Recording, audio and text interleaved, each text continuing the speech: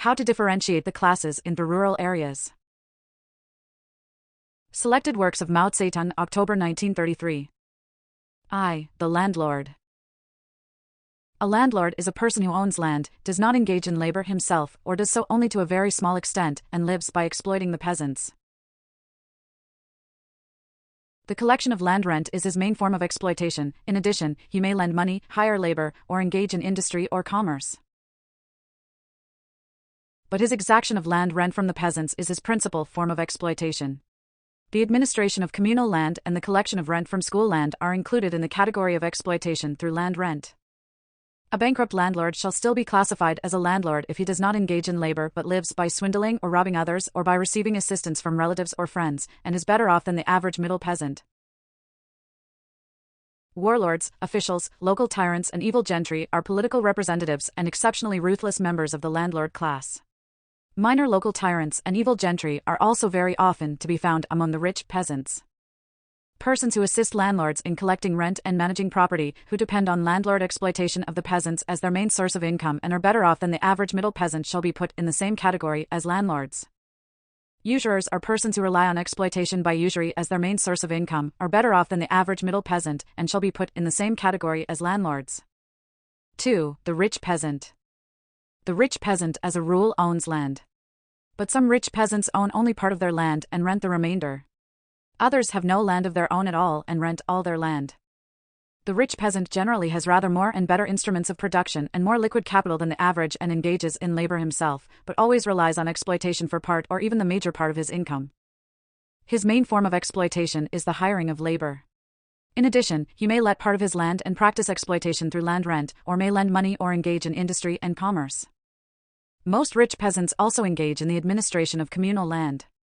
A person who owns a fair amount of good land farms some of it himself without hiring labor, but exploits other peasants by means of land rent, loan interest or in other ways, shall also be treated as a rich peasant.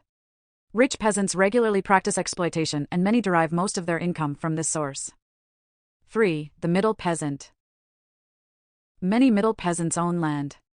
Some own only part of their land and rent the rest. Others own no land of their own at all and rent all their land. All of them have a fair number of farm implements. A middle peasant derives his income wholly or mainly from his own labor. As a rule, he does not exploit others, and in many cases he himself is exploited by others, having to pay a small amount in land rent and in interest on loans. But generally, he does not sell his labor power. Some middle peasants do practice exploitation to a small extent, but this is not their regular or their main source of income. 4. The poor peasant. Among the poor peasants, some own part of their land and have a few odd farm implements, others own no land at all but only a few odd farm implements. As a rule, poor peasants have to rent the land they work on and are subjected to exploitation, having to pay land rent and interest on loans and to hire themselves out to some extent.